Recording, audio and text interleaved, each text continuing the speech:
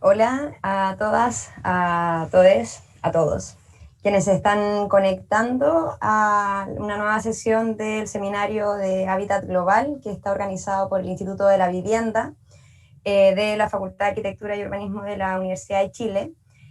Hoy día vamos a presentar una conversación más distendida y más tratando de profundizar algunos temas sobre feminismo y la ciudad en la pospandemia, que va a estar, digamos, como nuestra principal invitada, Zaida Muchi, profesora de la Escuela de Arquitectura de Barcelona, de la Universidad Politécnica de Cataluña. Ella es una destacada arquitecta que ha sido directora de urbanismo, vivienda, medio ambiente, ecología urbana, espacio público, vía pública y civismo en la ciudad de Santa Coloma de Gramenet entre el 2015 y el 2019. Ella es especialista en urbanismo, arquitectura y género y ha tenido publicaciones en relación a temas de género, ciudad, vivienda. Una de sus principales ha sido Mujer, Casas y Ciudades, más allá del umbral. Y bueno, ha sido parte también de la curatoría con Josep María Montaner, ¿sí? En política y arquitectura, por un urbanismo de lo común y ecofeminista. En esta oportunidad entonces vamos a introducirla. Primero, hola Zaida, ¿cómo estás? Hola, Valen, ¿qué tal? Encantada de estar aquí en el mundo, uno en cada sitio del planeta. Pero súper. Bueno, sí, lo que nos permite también la comunicación telemática, entre algo bueno que tenga de este tipo de funcionamiento es que podemos tener Pongamos. estas conversaciones más internacionales con más facilidad. Te agradecemos tu disponibilidad, tu disposición y el tiempo que vamos a dedicar a esta sesión. Entonces, bueno, para comenzar con la conversación, bueno, nosotras aquí vamos yo por lo menos voy a hacer algunas preguntas, algunos comentarios, y la idea es que ahí también vayas contestándonos y desarrollándolo durante la sesión. Comento antes de iniciar esto que todas y todos los que nos están mirando por las redes de la facultad, que pueden ir dejando sus comentarios y preguntas en el chat, de manera de que la segunda parte de esta instancia, Zaida pueda ir también contestando y comentando. Bueno, lo primero es que, bueno, en tus charlas y en los últimos textos que has escrito, sueles comenzar con esta idea de que como una especie de contraposición entre cómo observamos las ciudades o diseñamos y pensamos las ciudades desde el entendimiento del ser humano como un ser autónomo versus, digamos, a esta idea de la interdependencia, de la ecodependencia. Entonces, quería ver si es que podías profundizar, desarrollar un poco más en esta distinción y cómo afectaría, digamos, esa diferencia de entendimiento en el desarrollo del territorio y de las ciudades. Sí, gracias. Gracias por la presentación.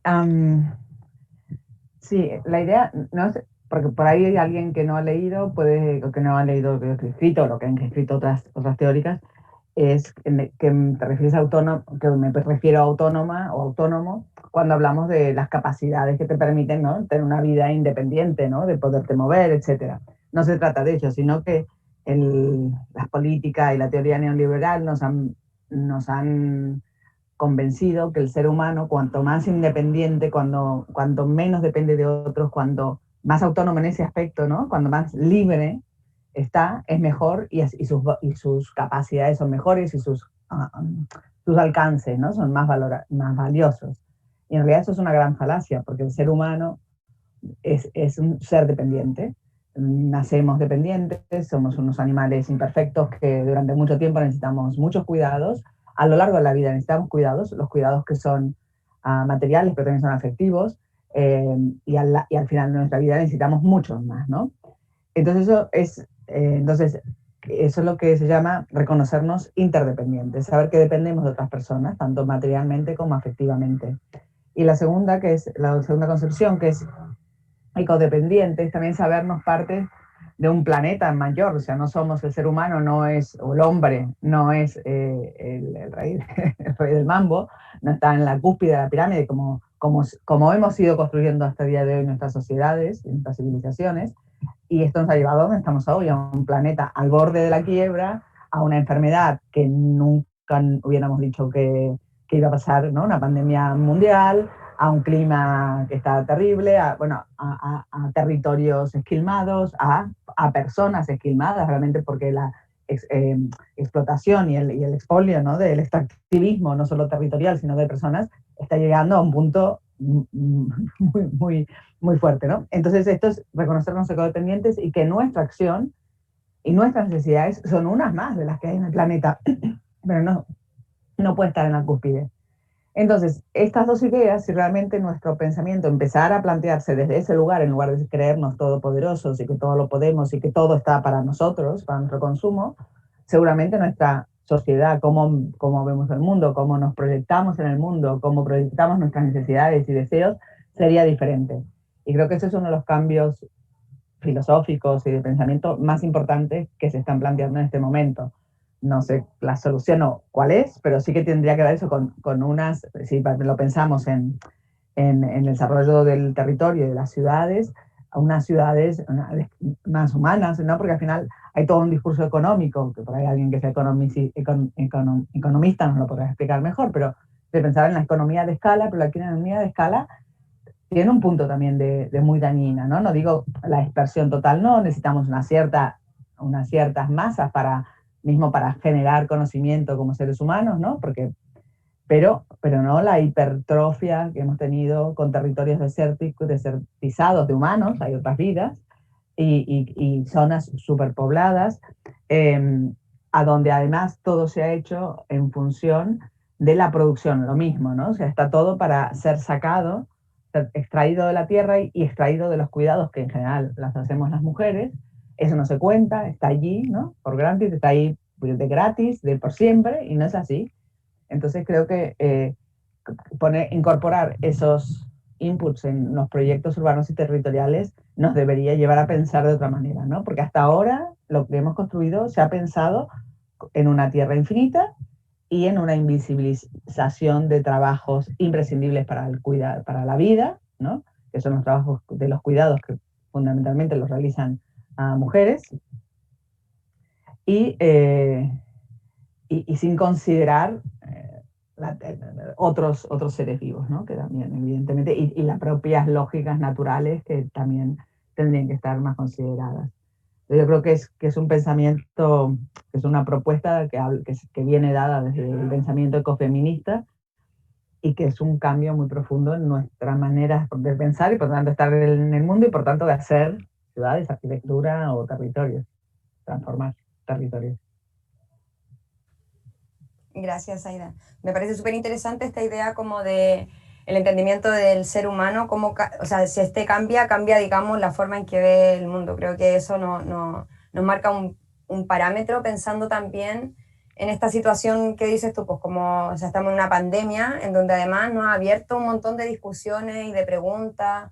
Por ejemplo, esta idea como que refuerza, no sé, Angela Davis de cómo se evidencia que el modelo capitalista y neoliberal no es compatible con la protección de la vida y por lo tanto como esa encrucijada de qué es lo que se pone finalmente como prioridad en las decisiones de, bueno, en este caso del hábitat, del diseño.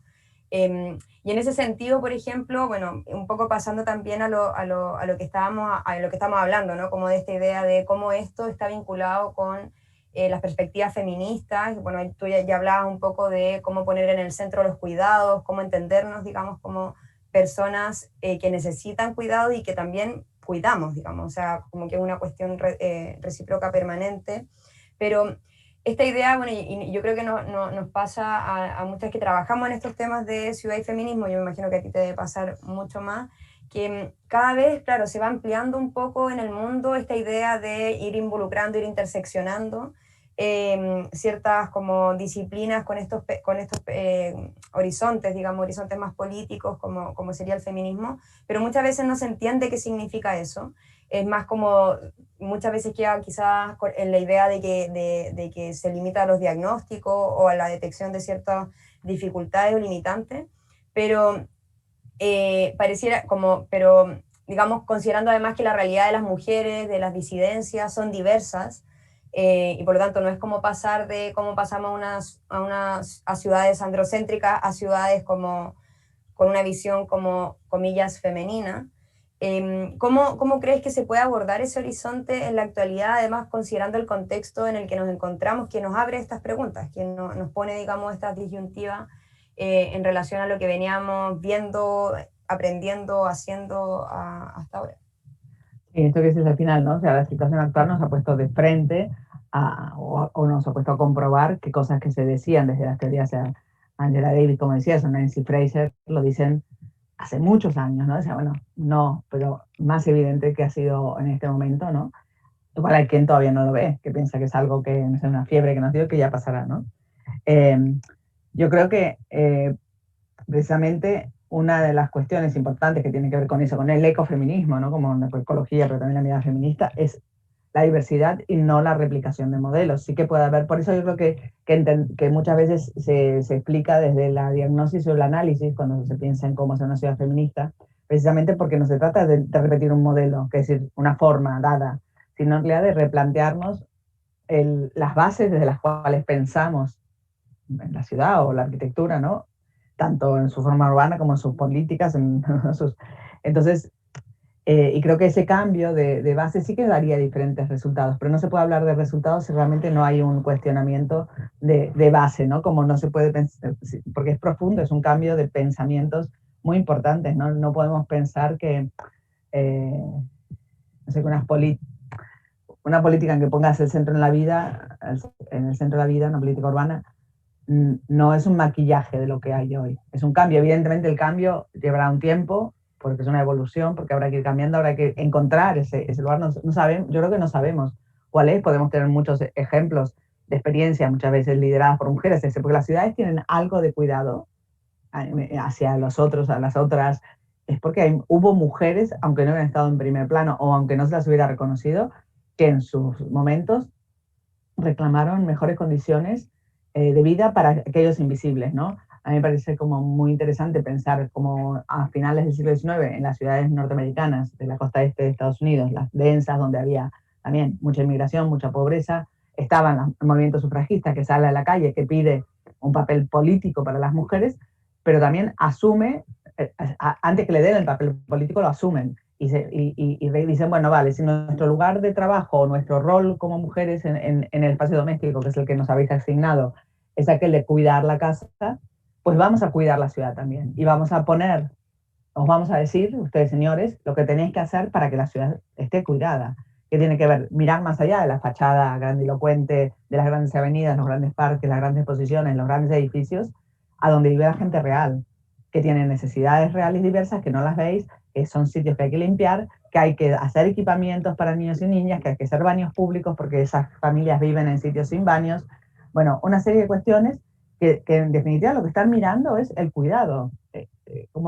Y creo que también está bueno eso de pensar que el cuidado es política, no es algo menor, y que no se trata, evidentemente, incorporar a los hombres y a todos, hombres o mujeres no binarias, en, la, en los cuidados, porque sin eso no hay vida.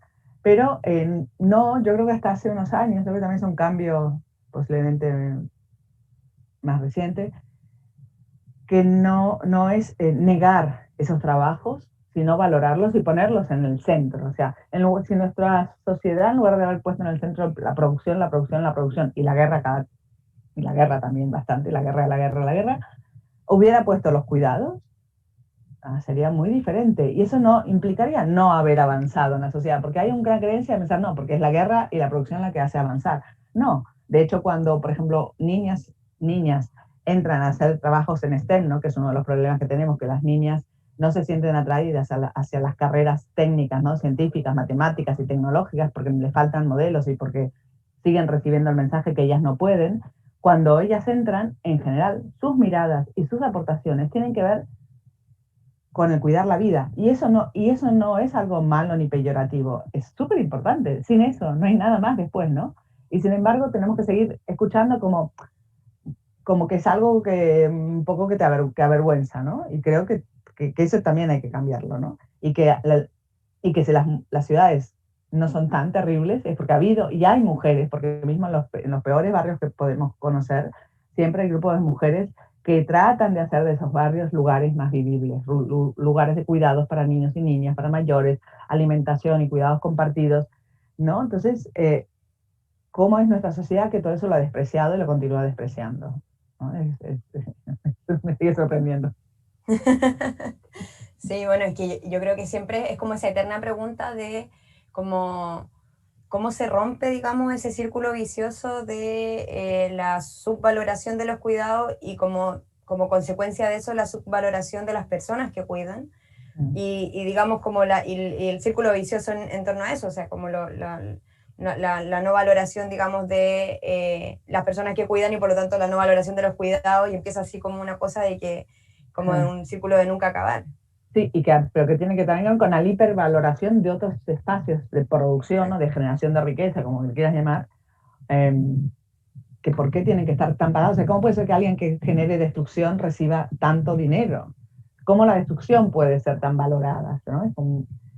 Creo que son preguntas muy profundas como civilización, ya no como sociedades que tenemos que hacernos si queremos cambiar algo del rumbo que llevamos. Sin esas preguntas no vamos a cambiar el rumbo que lleva el planeta. Bueno, a lo mejor también este contexto de pandemia, digamos, porque al final es un poco como que en esto que decíamos antes, ¿no? Que nos ponen esta encrucijada, quizás también, bueno, asumiendo todo lo malo que ha significado la pandemia, pero también puede ser una oportunidad de hacernos estas preguntas y de ver cómo se avanzamos. Y bueno, un poco en eso, como la pandemia también ha puesto, digamos, en evidencia estas condiciones, digamos, y quería ver ahí también si puedes comentarnos cuáles son las reflexiones que tú sientes que nos invita a profundizar o que nos invita a hacer la pandemia en particular, no solo digamos como lo que venía pasando y cómo se puede también abordar, y que yo creo que es una gran pregunta, como porque por lo menos las feministas siempre han empujado esta idea de, claro, valorar los cuidados, pero no solo valorarlos en la idea de valorizarlos económicamente, sino valorarlos como sociedad y buscando como estrategias de colectivización de los cuidados, o sea, de ir compartiéndolo. Pero ¿cómo podemos avanzar en eso? ¿Cómo tú te imaginas? Yo o un poco qué reflexiones nos puedes ofrecer en torno a eso, pensando en cómo uno sigue pensando en la colectivización de los cuidados mientras nos están diciendo que lo mejor es distanciarnos. Lo mejor es, o sea, no tener contactos y etcétera, porque además seguimos como, o sea, como que esto de la pandemia nos hace preguntar cosas, pero también es como, bueno, nos impide avanzar en otras.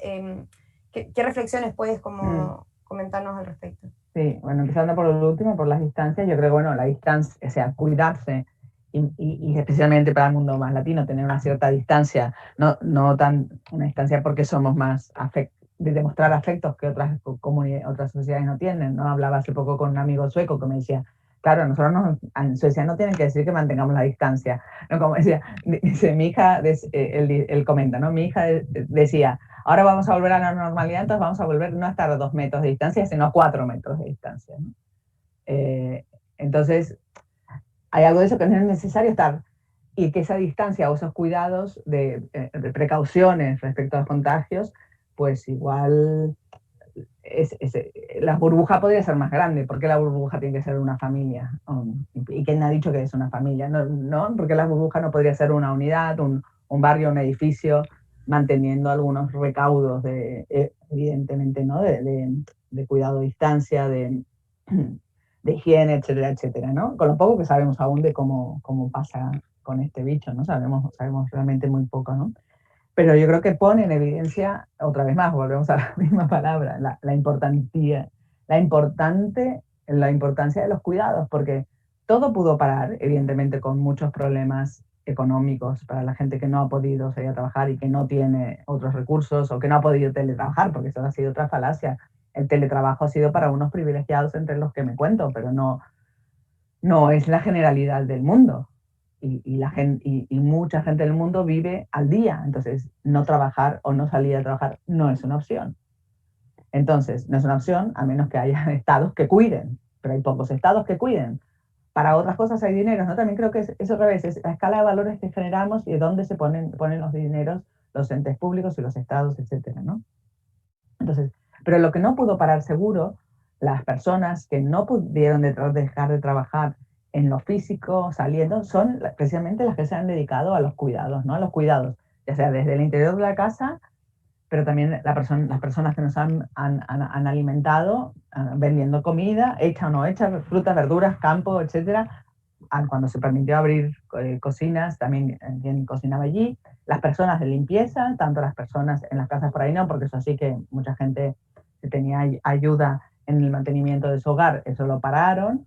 Pero sí las calles se siguieron limpiando, los hospitales se limpiaron, ¿no? Y es tan vergonzoso como lo poco que se valora eso, que aquí en Cataluña hace una semana hubo una moción para reconocerles a las personas limpiadoras de los hospitales un plus, como se les reconoció a otros estamentos de los hospitales, como enfermeras, enfermeros, médicos y médicas, y la mayoría del Parlamento catalán negó esa ayuda a las personas limpiadoras. O sea, es una vergüenza, o sea, sin esas personas, o sea, que no hay tareas más importantes en unos trabajos que son colectivos, ¿no? Puede haber un médico o una médica que sepa más y que pueda hacer cierto tipo de trabajo, pero si no está limpio, ese trabajo, como pasaba, ¿no? A principios del siglo XIX, el gran descubrimiento de Florence Nightingale y de otras enfermeras de la época es la limpieza, ¿no? Que había que limpiarse, que no podías tratar a un enfermo con las manos sucias del otro enfermo, porque se te morían los dos, no solo uno. Entonces, ¿cómo puede ser que estemos en una sociedad que no reconozca eso, ¿no? Que no vea la importancia de los cuidados, en este caso los cuidados a través de la limpieza? Entonces, todas esas personas trabajadoras de los cuidados no han podido parar y la sociedad pasa. O sea, bueno, entonces eso creo que es evidente y que hay que repetirlo incansablemente para que la gente lo vea, ¿no? Y luego otra cosa que es la naturaleza, ¿no? Que a pesar de nuestras ciudades tener naturalezas muy alejadas de, la naturaleza vuelve, la naturaleza resurgió, los árboles dejaron de ser un tronquito con una pelotita para tener brotes y hijitos por todos lados. Y dices, ay, mira ese árbol. Resulta claro que son un palito porque los transformamos nosotros, ¿no? Para que queden lindos en la ciudad. O pájaros que empiezan a sonar porque no hay ruido. Entonces, bueno, ¿cómo hacemos para, de alguna manera, la naturaleza nos está dando ejemplo que se puede rehacer, que se puede renovar, que depende de nuestra acción, ¿no? Evidentemente también ha vuelto ahora este verano con un montón de fríos y calores intensísimos, incendios, inundaciones, que también tiene que ver con nuestro impacto, ¿no? Pero en la parte, digamos, positiva, la naturaleza se recupera a pesar de los estragos que hicimos sobre ella. Entonces, eso me parece a mí muy esperanzador, porque sitios, bueno, ha habido imágenes fantásticas, no sé, también en Argentina, en los ríos y arroyos del delta del Paraná, muy gastados y muy sucios, de golpe limpios, brota la vida enseguida, es increíble eso, ¿no?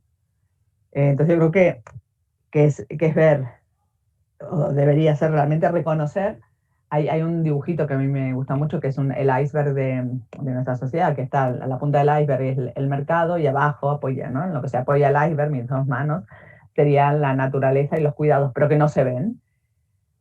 Y claro, si la punta del iceberg crece mucho, desde de Ecologistas en Acción, creo yo, o Ecologistas en Red, si crece mucho la punta del iceberg, es a costa de la naturaleza y los cuidados. Se hunde, ¿no? O sea, entender que necesitamos unos equilibrios. Aunque sea solo desde el egoísmo de poder persistir como especie. El planeta va a seguir y otros animales van a seguir. Los que peligramos somos nosotros, los seres humanos. Entonces, aunque sea desde el egoísmo de especie, sería para repensar.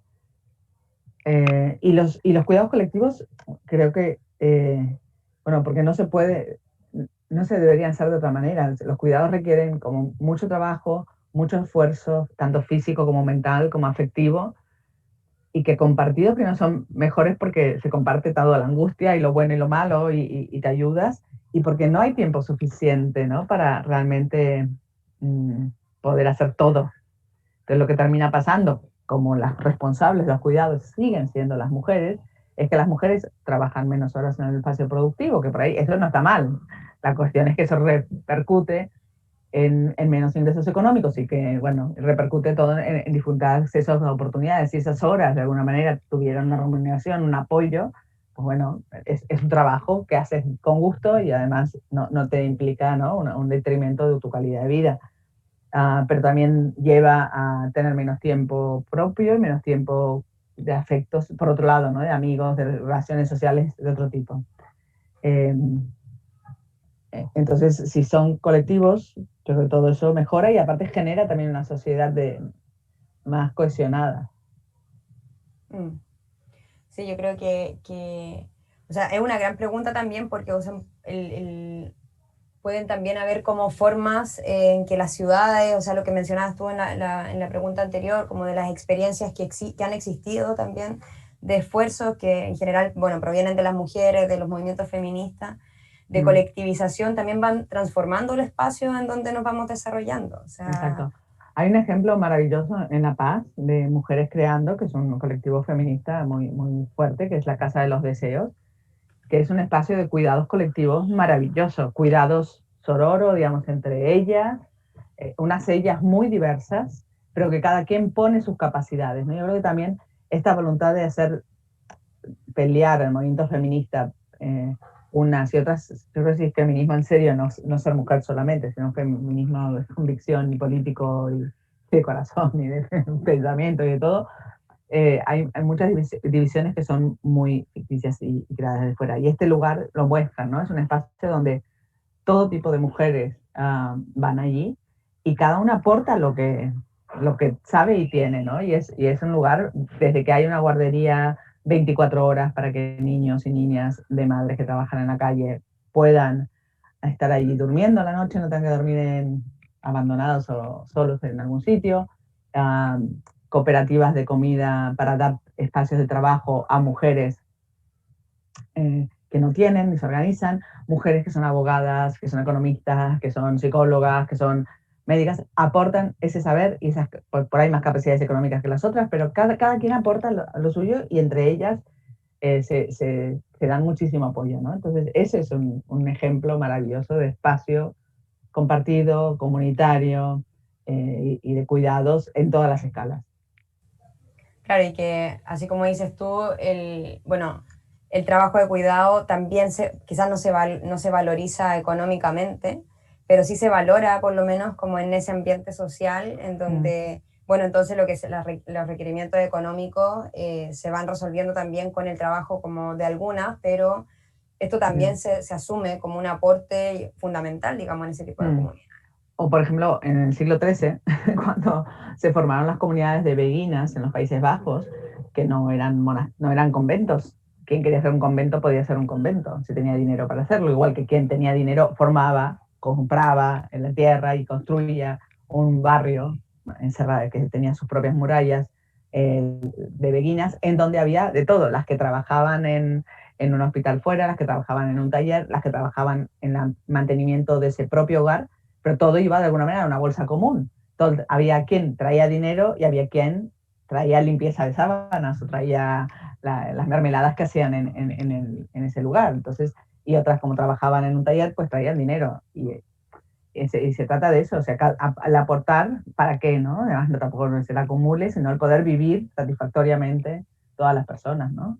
Poder satisfacer las necesidades reales, no las necesidades ficticias. Exacto. Bueno, estamos en una nueva jornada, digamos, del Seminario de Hábitat Global del Instituto de la Vivienda para las personas que nos están viendo y quisieran hacer algún comentario, alguna pregunta a Zaida, pueden hacerlo en el chat. Y bueno, Zaida irá contestando y comentando también ahí en función de lo que vayan opinando. Voy a continuar de todas maneras, Zaida, con un poco la conversación también en esto que decías tú de, bueno, el teletrabajo quizá, bueno, para algunos ha sido un privilegio, no ha sido, por ejemplo, una realidad para las personas que cuidan, pero de todas maneras ha generado también una especie como de cambio acelerado en las dinámicas laborales, que si bien abusa, digamos, del uso de la vivienda, también ha mostrado que se puede como mantener este funcionamiento por largo tiempo, de hecho, Y hay muchos que dicen que, bueno, no hay como vuelta atrás en función del teletrabajo. Incluso algunas personas diciendo que lo prefieren, otros que, bueno, que es más eficiente en esta idea, comillas, de modernización laboral. Em, entonces, bueno, sí, quería preguntarte si crees que es compatible pensar ciudades feministas, considerando como también este tipo de dinámicas de trabajo que se están posicionando en el mundo, y que, bueno, como sabemos, muchas veces invisibiliza lo que pasa como detrás del computador, digamos, eh, pero que al mismo tiempo se está instalando, digamos, como, mira, acá se ha hecho más eficiente, e incluso personas como pudiendo trabajar, teniendo oportunidades laborales más lejanas, que no necesitan esos viajes, esos tiempos de trabajo, perdón, tiempos de Desplazamiento. traslados. Entonces, como en esa combinación, ¿tú crees que es compatible pensar ciudades feministas, asumiendo de que esto, digamos, se está instalando como una realidad? Yo cambiaría, le pondría como trabajos en proximidad. Yo creo que el teletrabajo en casa no es una opción universal, evidentemente. No todas las casas están. Aún vamos a pensar solo en el grupo de gente que puede trabajar en teletrabajo, que también son trabajadores o trabajadoras del sector terciario, que es una parte de la población. No todo el mundo trabaja en el sector terciario, ¿no? Que sea terciario de diseño, de leyes, de economía, de publicidad, etcétera. Mucha gente necesita salir a la calle, ¿no? Entonces, pero primero centrémonos en esta franja. Yo creo que de momento lo que está pasando en casi todos lados, bueno, no sé, al menos que sean unas empresas como muy serias, es que mucho de las costos externalizan costos que los pagan los trabajadores, ¿no? O trabajadoras. No todo el mundo tiene un espacio en su casa adecuado para trabajar, ni la silla, ni la mesa, ni la red, ni el ordenador. ¿Y por qué lo tengo que tener? Otra pregunta. ¿Por qué yo tengo que tener un lugar para trabajar en mi casa? Esa es otra pregunta. Luego, trabajar y cuidar niños y niñas o personas dependientes es casi imposible. Imposible. Entonces, otra vez, a las mujeres se penaliza. Si hay un solo espacio de estudio en la casa, en donde se ha estudiado, ese espacio de trabajo separado, aislado, en buenas condiciones, lo han usado los hombres. Las mujeres y los niños han usado lo que resta, como han podido, la mesa del comedor. Entonces, no sé cuántas familias tienen 2 escritorios o hay habitaciones de los niños con suficientemente espacio para poder trabajar allí también. Eso uno. Entonces creo que lo del teletrabajo, evidentemente hay gente que ya teletrabajaba y puede ser una opción. Y sí que hay una parte, para mí la parte más positiva del teletrabajo es la cuestión del traslado, del ahorro en tiempo y de contaminación. Eso me parece importantísimo. Pero me parece que una opción buena para las ciudades también y para las personas sería que las empresas, que haya sitios de teletrabajo o sea, el coworking famoso, pero no el coworking porque no me puedo pagar un estudio para empezar un trabajo, sino porque en mi barrio hay una zona de coworking donde las empresas pagan, alquilan un sitio donde yo voy a trabajar. Salgo a 200 metros caminando, trabajo allí y después vuelvo, ¿no? Entonces, creo que esa sí es una opción que me parece más interesante. Es decir, bueno, es un espacio exterior a la casa y ahí puedo trabajar. Después, porque también la casa, también la pandemia lo ha probado, y lo sabemos, es un espacio también peligroso para las mujeres. Si están encerradas en casa todo el tiempo, también es peligroso. Y luego yo me atrevería a decir que además, claro, que tú puedes producir si eres parte si te asumes como parte de una máquina en donde como cada engranaje tiene su función que alguien pensó y en el que tú eres ese engranaje. No eres, es una pieza, no eres una persona pensante ni nada. Porque, porque lo que, yo considero que lo que estamos viviendo y todo lo que podemos hacer a través de las máquinas, de trabajar online, es porque antes nos hemos encontrado, porque hemos producido conocimiento compartido y esta interfaz dificulta la producción de conocimiento compartido. Evidentemente que podemos hacer reuniones, pero no es lo mismo estar en una reunión, verse los cuerpos, o sea, que no es lo mismo. Entonces, y por otro lado, esto es como el ideal que hace ya muchos años, desde Weber en Estados Unidos, que nos dirán, no me acuerdo cómo se llamaba, era un sociólogo, que hay varios con ese nombre, pero era uno que cuando empieza como el teléfono y ya empieza como a soñar que la ciudad no será necesaria, que el encuentro no será necesario, que lo fortuito no será necesario. Y al final la serendipity o lo fortuito o el azar es fundamental en nuestras vidas personales es fundamental, pero también en la creación de conocimiento es fundamental. Por lo tanto, yo no quiero aceptar una vida a través de pantallas. No, además es más sedentaria aún de la que ya éramos. Las horas de trabajo se han alargado interminablemente. Yo no le encuentro todo lo positivo. Evidentemente para las empresas igual sí es muy positivo, además de aquellas empresas que tienen sistemas de control, bueno, hasta dónde están viendo de mi casa, bueno, hasta dónde me están controlando, cuándo deja de escuchar el ordenador lo que yo hago. No me sé que hay muchas preguntas ahí que no se están teniendo en cuenta. Sí, claro, yo creo bueno, yo creo que está toda la discusión efectivamente como de la presencialidad, pero pondría, o sea, como rescato mucho lo que dices tú al principio, como cuáles son las condiciones reales para ejercer el teletrabajo, más allá de que, claro, se pueden hacer adaptaciones y uno se imagina que, bueno, si esto se instala, digamos, en el tiempo, se va a ir adecuando de alguna forma, pero esto como de las condiciones iniciales, básicamente es como esconder que existe cierta desigualdad previa y por lo tanto bueno, y como lo sabemos, cuando se esconde, generalmente se reproduce, o sea, y por lo tanto también ahí, ¿cómo puede terminar siendo, digamos, un énfasis en una forma de trabajo cuando hay un montón que son no teletrabajables, como dices tú, y como, por ejemplo, está todo lo que dices de los cuidados, o sea, porque básicamente es como nuevamente dejar de lado un sector asumiendo de que este sí que no No, existe, o sea, no como... existe, no existe, no se sabe cómo se hace, no existe. No, y aparte también creo que también precariza las condiciones laborales y nos lleva a otra confusión que ya nos llevó a los finales de los 90 y 2000, que es a pensar que dejamos de ser ciudadanos para ser consumidores, ¿no? Solo trataba de comprar y ya no hay clases en la sociedad, cosa que es una mentira. Y ahora lo que queda es que ya no hay trabajadores, entonces no son necesarios ni las relaciones laborales con el jefe, las jefas, no con la empresa o con las instituciones. Creo que además el dividirnos, que no deja de ser otra manera de dividir la sociedad, no es nada positivo para la sociedad. ¿No? O Sí. sea, como tú estás sola, solo y no. Y cuando te reúnes a través de esta pantalla, insisto, no es lo mismo, no es lo mismo. Ya lo sabemos todos, no lo voy a decir yo. Exactamente. Mira, desde Facebook, que bueno, primero antes de leértela, voy a reiterar de que quienes quieran hacerle preguntas o comentarios a Zaida pueden hacerlo a través del chat de la transmisión. Ahora nos pregunta Caroline Muñoz. Bueno, primero dice que muchas gracias por tu participación y pregunta cómo es posible asegurar que se respeten los derechos y deberes de las personas que integran las prácticas cotidianas de cuidado. El cambio de base debe realizarse desde una escala local o espacios sociales de menor tamaño, o bien debe reflejarse y validarse a escalas mayores como instrumentos de planificación territorial, regional, o en el caso de lo que estamos discutiendo de hecho en Chile, de la Constitución.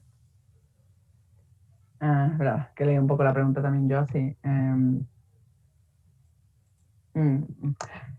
Creo que en todas las escalas, evidentemente el primero es la Constitución, lo tiene que reflejar, pero las constituciones pueden ser maravillosas y después no hay desarrollo de ley, no hay presupuestos y no hay desarrollos locales de su aplicación, sirven de poco, ¿no? Entonces, pero evidentemente si no existe la Constitución tampoco puede haberlo de después, o sea que seguro que será diferente una Constitución, por ejemplo, que reconozca el derecho a la vida y a los cuidados como un derecho universal y por encima de otros, pues seguramente si esto estuviera sería diferente, ¿no? Lo que pasa es que luego, o sea, las constituciones en general, casi todas las constituciones uno lee y son cartas maravillosas, lo que pasa es que luego no tienen desarrollo, ¿no? Y qué orden y qué lugar llevan, ¿no? Como hay, al menos en la española, hay como categorías de los derechos. artículos, hay unos artículos, unos derechos que son tan por encima de Claro, otros derechos. primer Entonces, orden, de segundo orden. exacto.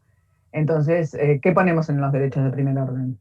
En nuestro caso, aquí, el de la propiedad privada está por encima por el derecho a la vivienda. Entonces, tenemos un problema grave. Tenemos el mismo problema, digamos. Entonces sí que tiene que estar. Y luego, desde todas las instancias, pero también desde la propia autoorganización, ¿no? Y que también desde las bases se pida, bueno, no es algo que se explicar a Chile precisamente en este momento, pero que desde las bases se pida esta incorporación y cómo cómo se imagina quien está intentando hacer cuidados colectivos y comunitarios, qué problemas se encuentra. Porque también hay una cuestión que tampoco os va a pasar a vosotros y a vosotras por el tipo de, por suerte, como habéis hecho la elección de los constitucionalistas, las constitucionalistas, que muchas veces, pero eso pasará después como cuando se aplique con los y las parlamentarias. Están tan lejos estos personajes de la realidad cotidiana de las personas que hay que llegar desde abajo, hay que llegar con la experiencia cotidiana real a decir que la ley tiene que decir esto. Si lo hacen solo desde ese espacio, les queda muy lejos y como hay tanta diversidad de necesidades y de realidades, tampoco las pueden conocer, ¿no? Entonces yo creo que también cómo se hace para establecer contactos menos mediados, no solo por los que no sean solo los partidos políticos, sino contactos realmente que las leyes, no sé cómo se hace, que de alguna manera tengan su base en una consulta real y tomar las necesidades reales de la gente y cómo es esa vivencia cotidiana y qué necesitan para que eso sea mejor, ¿no? Eh, y a nivel de planificación territorial regional, evidentemente también pensar eso, bueno, acabar con el zoning y la segregación social, o sea, sería hacer, basta de zonas de pobres y zonas de ricos, eso no lo aguanta las vidas, no lo aguanta el territorio, no suma, y también lo sabéis, o sea, no suma la segregación territorial. Entonces, ¿cómo puedes cuidar de los tuyos si te tienes que ir 2 horas de viaje, no sé qué? ¿O cómo puedes cuidar si las escuelas están súper lejos? ¿O cómo te puedes cuidar si viene otra mujer que viene a cuidar los míos porque yo tengo que hacer otra hora para ir a trabajar a otra zona? No sé, todo eso no puede ser. Entonces, y eso tiene que ver con que tengamos zonas residenciales, zonas de oficinas. ¿Por qué no puede estar? Porque yo entiendo que en su momento, cuando se hace el debate del CIAM de Atenas, se debate y se piense, que ya también lo plantea Ebenezer Howard y también lo habla de alguna manera Ildefonso Cerdá, que plantea una ciudad que resuelve lo residencial. La industria de ese momento y la ciudad de ese momento es súper contaminada y la gran industria, pues claro, no puede estar en el medio de las casas, una gran fábrica, no sé, siderúrgica o una gran fábrica textil, porque aparte de todo eso hoy creo que deja de tener mucho sentido. Primero porque tendríamos que empezar a reciclar más que hacer de nuevo. Por tanto, las grandes fábricas, no sé hasta qué punto, tienen mucha relación, sino volver a reutilizar lo que tenemos. Las grandes fábricas con mucho del automatismo y de las máquinas, no sé, para cortar, para coser, muchas cosas se han automatizado de una manera, no digo sacar a las personas que trabajan allí, pero que permiten que no necesariamente sean tan grandes las fábricas, ¿no? Entonces, y que pueden no ser tan contaminantes o pueden ser cero contaminantes. Entonces, pueden volver a estar cerca de las casas. Yo creo que nos toca repensar la ciudad en ese aspecto. O sea, nuestra ciudad obedece a una realidad del siglo XIX, pero que aún esa realidad del siglo XIX no pensaba en unos barrios donde solo hubiera residencias y donde solo hubiera un tipo de persona o de clase social.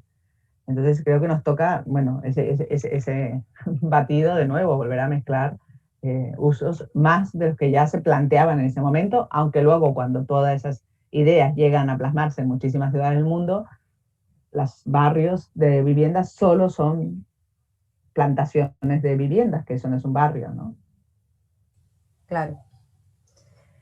Sí, mira, acá también, bueno, estaba pensando que es como un poco lo que tú decías al principio, ¿no? Como esta también separación de la producción y del cuidado como una cuestión así totalmente lejana y que se va reflejando al final en el espacio.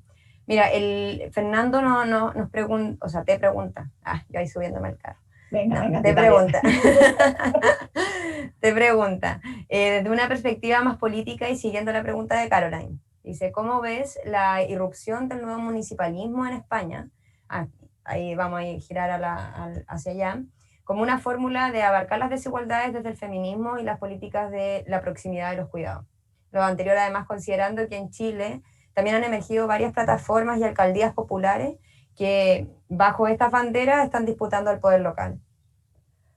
Sí, sí, yo creo que los gobiernos locales es que por un lado tienen un rol de proximidad indudable, fuertísimo, fundamental, y que la propia ciudadanía todo se lo pide a los gobiernos locales, porque es los que están cerca, es los que son quienes tienen cara. Los otros no tienen cara, no están en ningún lado, están en una nube muy lejana, que sea la comunidad autónoma, en el caso nuestro, la comunidad autonómica o el gobierno del país, ¿no? Entonces, en cambio, el gobierno municipal está al lado tuyo, ¿no? Le pones cara, le pones lugar, le pones cuerpo. Pero la organización política no les da a los municipios ese papel, ¿no? Por ejemplo, en el caso europeo, en Europa no están los municipios. ¿Cómo puede ser que los municipios no estén en Europa? ¿No? Yo creo que sobran las comunidades autónomas, sobran los estados, municipios y comunidad europea. Ya está, ¿no? O sea, y poder tener ese diálogo, porque no hay ese diálogo, ¿no? O sea, los municipios terminan estando mediados, otra vez, los partidos políticos, cada uno va haciendo sus grupos, y mediado por los gobiernos que hay intermedios, ¿no? Después de Sabutat, que no desaparezcan los gobiernos intermedios, que igual no, pero el papel de los municipios es fundamental, porque ya hace rato que se dice, ¿no? Desde los años 90, ¿no? La transformación de lo local, desde lo local transformar lo global, y esto es clarísimo, y es desde los municipios esa transformación, desde las ciudades, esa transformación es posible, sin cargar de más a la ciudadanía, sin hacer algo que la ciudadanía no querría, no podría hacer, en otras cosas porque estás en cercanía y tienes más el pulso de lo que la ciudadanía necesita, puede, etcétera, ¿no? Entonces, es fundamental.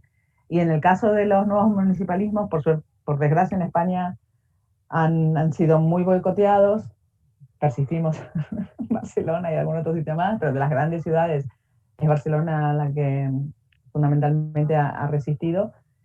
Y sí, yo creo que es un cambio, pero como es un cambio tan profundo, a mucha gente le cuesta verlo o no quieren verlo, ¿no? Pero sí, las políticas que están haciendo de cuidados en la ciudad de Barcelona son muy impresionantes. Se ha hecho ya había algunas que se venían haciendo, políticas sociales de cuidados ya existían, se han reforzado y se han hecho nuevas, ¿no? Entonces, desde centros de cuidado de las personas que cuidan, desde casas, el otro día una casa que la ha hecho la comunidad, un grupo de mujeres, pero con apoyo también, con apoyo de la ciudad.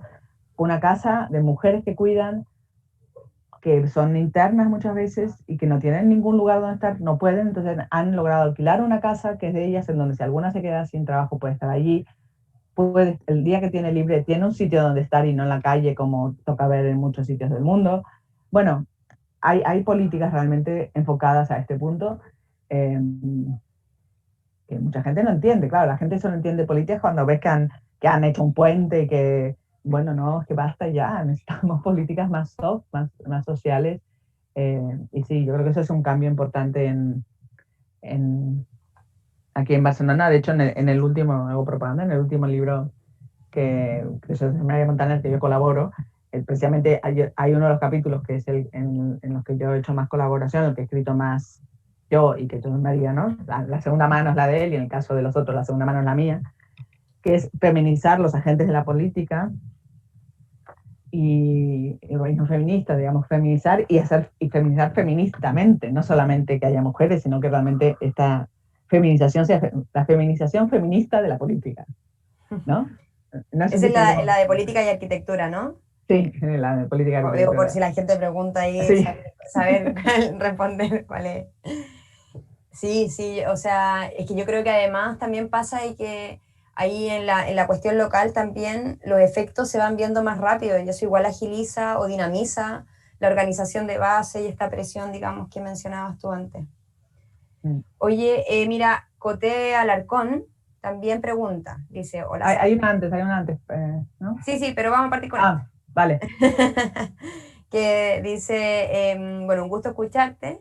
Mi pregunta es si crees que diseñar las viviendas desde una perspectiva de género puede impactar positivamente las labores de cuidado al interior de los hogares, considerando que por pandemia la mayoría de los hogares han debido adaptar sus espacios que además cada vez son más reducidos. Sí, primero, sí, totalmente, pero que esta perspectiva no es solo la vivienda y cómo se agrupa y cómo es el entorno. Al final no podemos no solo cómo se resuelve en el interior. Y la única manera de hacer vivienda mínima es que haya soportes colectivos. Si no, la vivienda nunca cumplirá un rol realmente de de un encuentro saludable, pacífico, de evolución de las personas, de cada uno su espacio y a la vez compartido. O sea, las viviendas pequeñas son una solución que tranquiliza a los números de quien sea, pero no son una solución para las personas, para vivir, ¿no? Es, bueno, mira, hay tantos que tienen techo, ya está. No, eso no es una solución y lo barato además a lo largo sale caro, pero también esa es otra manera, no sé, Fernando decía que está estudiando cuestiones de economía, pues cuán caro nos sale hacer todas esas políticas de vivienda, que en realidad no son políticas de vivienda, que son políticas cuantitativas, con unas viviendas que son muy pequeñas, que traen un montón de problemas sociales agregados, que además como están lejísimos han de vivir un montón de personas juntas en la misma casa porque no es posible sino la conciliación de lo personal, el trabajo y lo familiar. Realmente, ¿alguien se ha puesto a contar cuánto cuesta todo eso? Que si hubiéramos hecho unas viviendas mejor dotadas, en sitios más mezclados, mejor dotadas, con espacios comunitarios, a la larga no hubieran sido más económicas esas inversiones. Pero claro, como también ese es otro problema, la economía de la política se mide en los 4 años o 3 años o 6 años que dure el mandato de turno, ahora tenemos un problema. ¿No? No sé, habría que inventarse una especie de auditoría de varios años. Es igual quien gobierne. Usted al final gobernando puede cambiar las políticas, pero hay una serie de derechos que se han de garantizar y podríamos medir, sea quien gobierne, se está ocurriendo ahora, ¿no? Los agentes externos que puedan medir cómo se han ido invirtiendo los dineros para dar respuesta a los derechos que establecemos como necesarios, ¿no? Y si la vivienda es uno de ellos, la vivienda no es solo tener un techo y que 38 metros cuadrados o 36 o 42 no son medidas para una familia, no joroben. Y encima, porque quien lo proyecta y quien lo planifica vive en una casa de 200, 300, 400, 500 metros cuadrados. Entonces, no. No, y Pidieron además, una o sea, es 40. como, perdón. No, no, no, no. No, que además son viviendas pequeñas, pero lo que dices tú, que se le exige que ahí alberguen todas las actividades que significa no trabajar, como, o sea, no trabajar como remuneradamente, digamos. E incluso muchas veces sí también el trabajo remunerado se hace ahí. Entonces, es También, como una seguro. sobreexigencia también. Y aparte porque miramos mal también desde el punto de vista arquitectónico, miramos mal los ejemplos. Por ejemplo, está el clásico ejemplo, ya no sé si se sigue enseñando en las escuelas de arquitectura, pero a mí como edificio me encanta y tal, que es el Karl-Marx-Hof, ¿no? El proyecto de Viena de 1926, de 1,4 kilómetros largo, 5.000 viviendas, bueno, como todo, 5.000, perdón, habitantes, 1.400 viviendas, nos dicen, wow, un solo edificio, y nos cuentan que son unas viviendas mínimas, y no nos cuentan toda la historia. Se hace ese edificio, tiene transporte público ya en ese momento, un tren que te comunica con el centro de la ciudad en la puerta, donde está la plaza. Luego hay lavanderías colectivas que pueden trabajar para afuera y es un espacio para hacer tus tareas, pero también para poder generar ingresos. Hay guarderías en cada patio, son 2 patios, cada patio tiene una lavandería enorme y una guardería enorme. Luego hay toda una parte de espacios de oficinas, de comedor colectivo, de cocina colectiva. Nunca me lo contaron eso, nunca te lo explican, porque parece que no es importante. Sí que es muy importante. Yo puedo hacer viviendas de 45 metros cuadrados con balcones, todos, si tengo ese servicio, si tengo un jardín, si tengo esos servicios y tengo estos otros espacios. Si no, no se puede hacer. Claro, si tú solo miras los 45 metros y me pongo a repetir, estás mirando la mitad de la película, o menos de la mitad de la película. Exactamente. Mira, tenemos una última pregunta y nos quedan muy poquitos minutos para terminar. Así que te la voy a hacer y después te puedo dar un espacio de palabras finales para cerrar. Bueno, dice de Pablo, dice, más bien desde una perspectiva interseccional, ¿de qué manera ves tú cómo la pandemia ha marcado diferencias entre mujeres de distintos estratos socioeconómicos y o etnia? No, bueno, evidente, ha sido súper evidente. O sea, las diferencias. Lo que pasa es que, claro, como estamos todos encerrados en casa, no queremos ver. Pero evidentemente la pandemia no ha sido igual ni en las personas contagiadas, ni en los efectos socioeconómicos, en los efectos de violencia, entre quien ha podido tener una habitación y cerrarse con llave si quiere, o salir igual, o vivir en un barrio que te permitía salir, otros que no te permitía salir porque no tienen seguridad.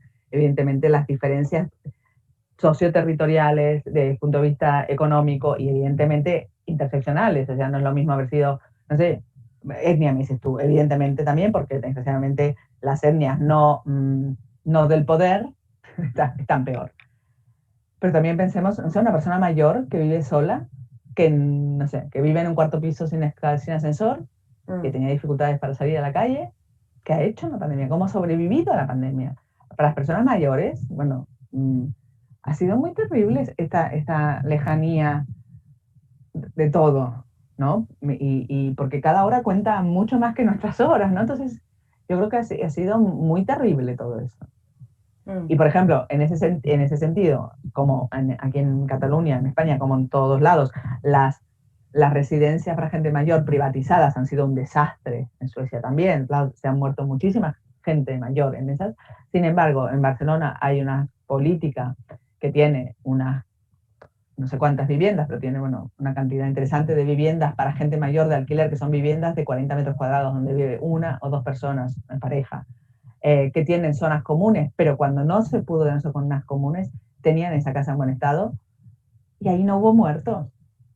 O no hubo, o sea, habrá habido como lo que les tocaba por porcentaje, pero no ha habido lo que pasó en las residencias, ¿no? Y en las residencias no solo con la gente súper dependiente, sino con la gente tampoco no era tan dependiente, ¿no? Entonces hay que también ampliar los modelos, en este caso, cómo atendemos a las personas dependientes para que vivan mejor, ¿no?